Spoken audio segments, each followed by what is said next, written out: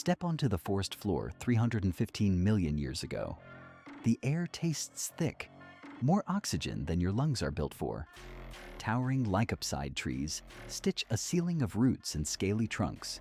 Ferns crowd every step. Something long and low glides between them. Arthropleura, a giant relative of millipedes, as long as a sofa and broader than your chest, lifts itself on dozens of legs and just keeps going. Not a predator, not a movie monster, a recycler built by a swampy world with air so rich it rewrote the rules for life on land. This was the Carboniferous coal forest, a mosquito-humid peat-building machine spread across what's now Europe and North America. Imagine shallow rivers braided through mud, fallen logs waterlogged and mossy, and mats of roots under every footprint. Oxygen spiked to around 30% thanks to all that buried plant carbon. Fires could race, yet the low ground often stayed wet. In this green factory, plant litter piled faster than it rotted.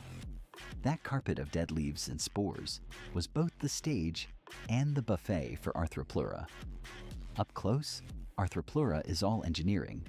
Interlocking armor plates, tergites, roof a body that's wide, flat, and surprisingly stiff. The side flanges help shield soft parts and shed water. Underneath, pairs of legs pump in waves, distributing weight so it barely sinks into the spongy floor. It likely breathed through tracheae, tiny tubes that deliver oxygen by diffusion. No lungs, no gills. Related to millipedes, but not exactly one, it took the general blueprint: low body, many legs, simple jaws, and scaled it until the forest itself seemed to move. Our proof of their outlandish size isn't rumor, it's rock. In 2018, a beach in Northumberland, England, coughed up a slab, part of a molted Arthropleura exoskeleton. Published in 2021, its proportions point to a creature about 2.5 meters long. That isn't a horror prop.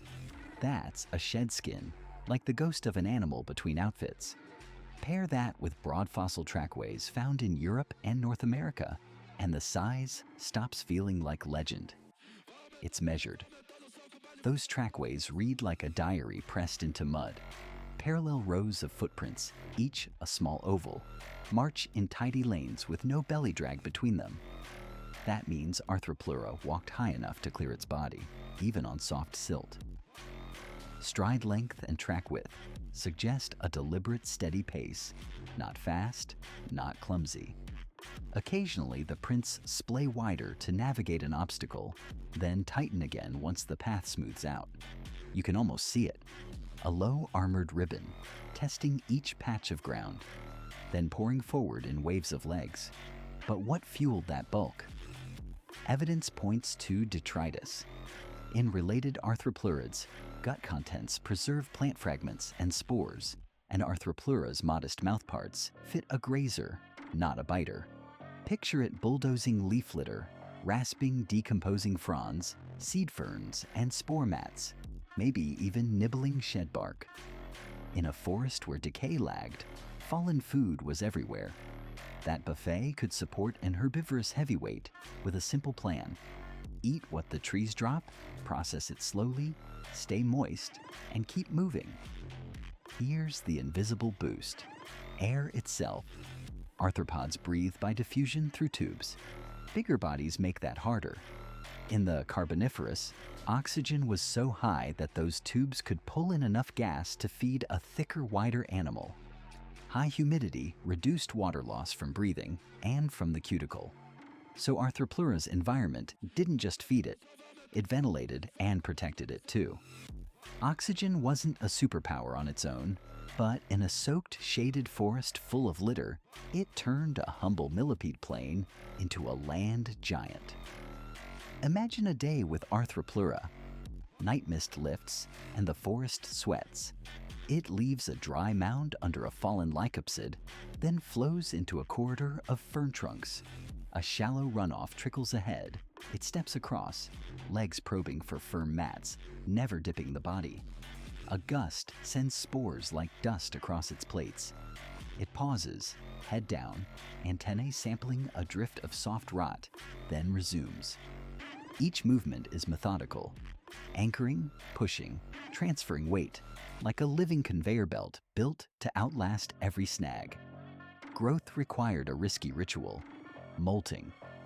To get bigger, Arthropleura had to split and slide out of its old armor, leaving behind that jagged canoe-sized shell found on the North Sea coast.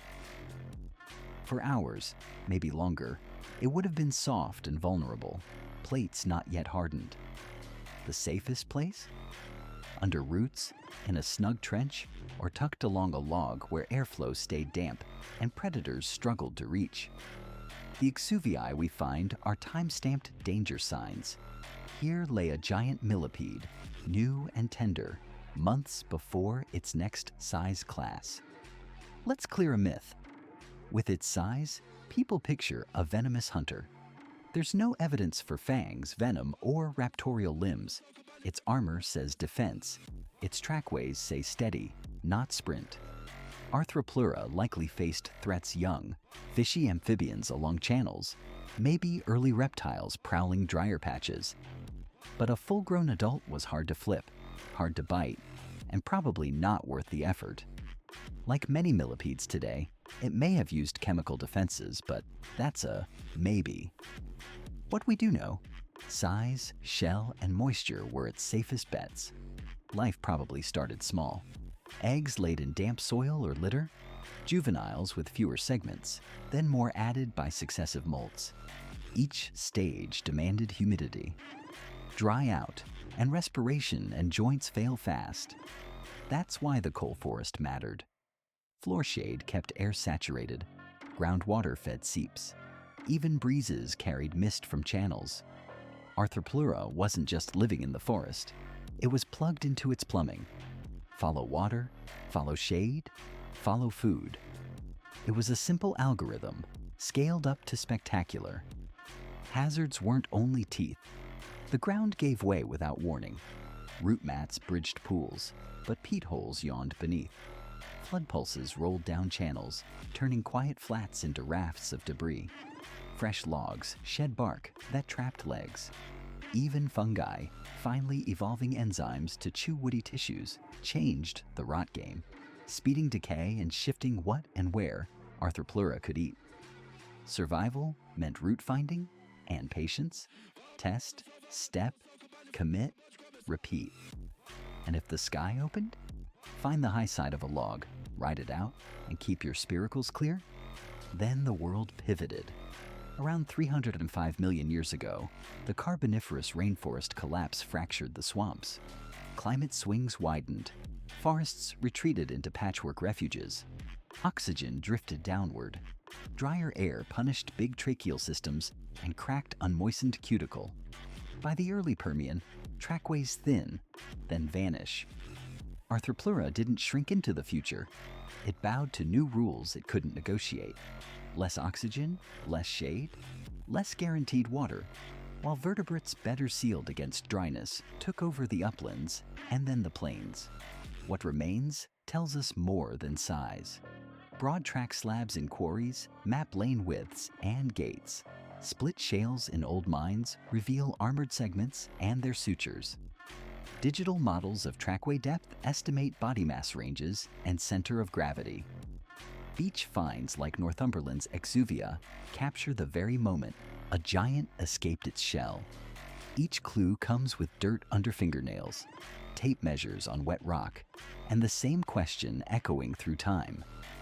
How did air and forest make an animal this big? And what changed when they didn't? In the end, Arthropleura's superpower wasn't claws or speed. It was context. Humid coal forests stacked endless food. High oxygen let simple tubes feed a wide body. Shade locked in moisture. Dozens of legs turned soft ground into a highway. Strip any piece away, and the equation fails. That's the lesson written in armored plates and tidy tracks. Environment builds body plans, then edits them when the world flips the page. If you could walk 1 hour on that spongy forest floor, would you step aside? Or try to keep pace with Arthropleura?